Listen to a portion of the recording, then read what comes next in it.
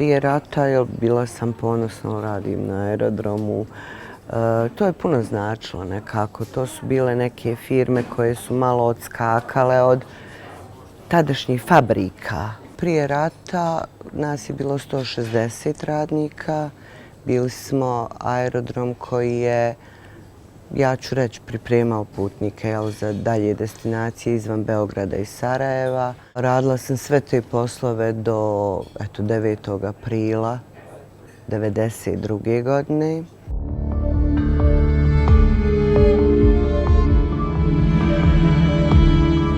Četvrtog na 5. ja ću to već sad reći, je počela agresija. Tada je Jugoslovenska narodna armija preuzela aerodrom. Ja sam posle 9. aprila prestala dolaziti, bila sam pripadnica armije. Nisam slutila ja kao radnica, niti neke moje kolege, da šta će se moći desiti.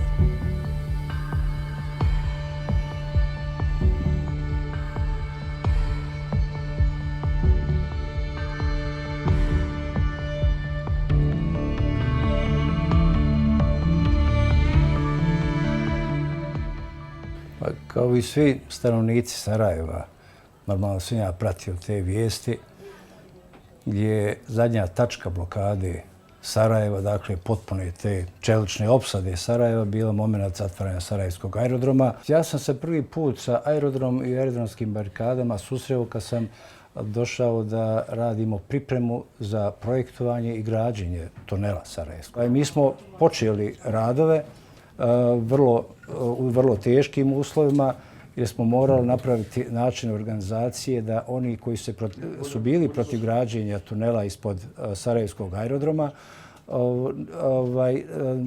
kad gledaju naše aktivnosti vidljive na terenu, ne mogu povezati kuda ide trasa tunela.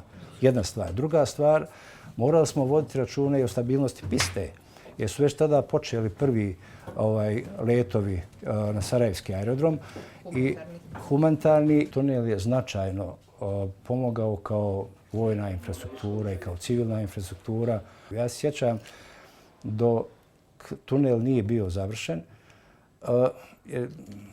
život je bio težak u Sarajevu. Mom sinu je bila 1,5 godina i mi smo tada jedno kokošije jaje plaćali 5-6 maraka. I bili sretni ako možemo to naći. Dakle, nemjerljive stvari. Nikad se nisam bavio evaluacijom tih učinaka, ali nemjerljivo. U redu je veza. Vođa Pučkog, molim te, samo javi informacijama za promjenu izlaza. Na aerodromu sam započela poslovima stjuardesa, zemaljska stjuardesa. Nama je to bilo neobično, jer zna se šta je stjuardesa. Zgrada je postojala i postojali su aviomostovi, ali sve unutra je bilo razrušeno i onda se to vremenom pravilo, popravljalo, korigovalo. Znam da smo živjeli baš kao porodica. Mi smo se privatno jako družili, znači ovo je jedan od tih susreta.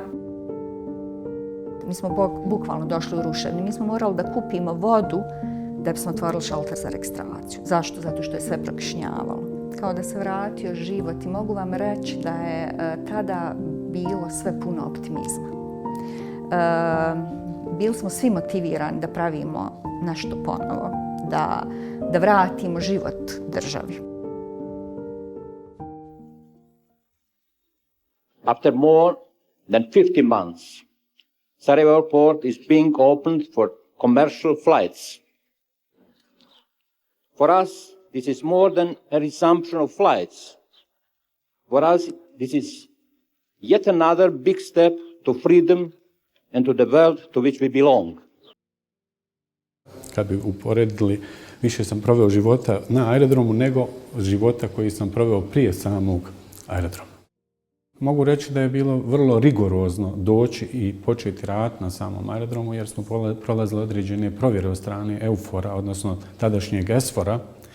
Aerodrom Sarajevo je upravljao kontingent, francuski kontingent ESFOR-a. 1996. kada sam došao, kao da je bila nedavno, jer se jako dobro sjećam mnogih stvari. Donio sam jednu fotografiju kad je Mihael Schumacher dolazio prvi put. Jedan od momenata koji mi se urezao je i dolazak grupe U2, Bona Voxa i čitave te njegove ekipe, Papa Ivan Pavao II. Kad je dolazio u Sarajevo, i taj moment je bio vrlo zahtjevan i sjećam se tog govora ovdje na samom aerodromu koji je organiziran. Reci k Bogu,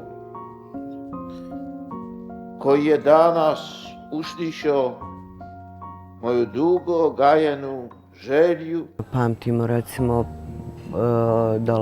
dolazak Billa Clintona. Primjer, ja pamtim prvi let te Kroacije koja se spustila kad su nam donijeli da položimo pazar. Nakon rata u kojem sam bio i sam pripadnik Armije Bosne i Hercegovine, mogu reći da sam bio častan pripadnik Armije Bosne i Hercegovine, taj ulazak u avion i priprema za put u Istanbul radi nastavka praktične obuke, jer meni je to bilo, teško je naći pravu riječ, ali živio sam te dane pune euforije. Sjećam se tog slijetanja u Istanbul poslije jednog života u Sarajevu, 4 godine u opsadi. Kada smo sletli u Istanbul koji je sijao sav, bili smo izgubljeni.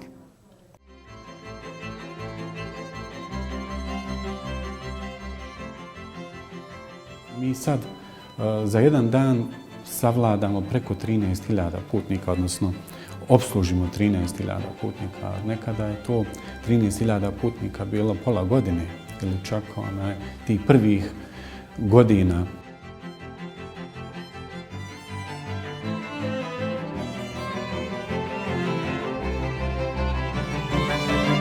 Drago mi je kad vidim da danas Sarajevski aerodrom postiže rekorde, da preko 1 milijun putnika godišnje dođe u ovaj grad, odnosno u ovu regiju.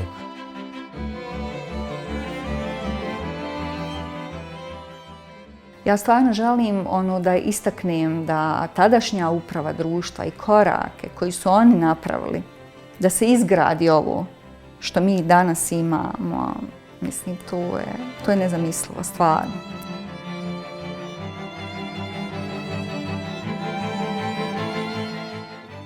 Iskreno nisam zamišljala da će biti to tako veće nego što se možda očekivalo.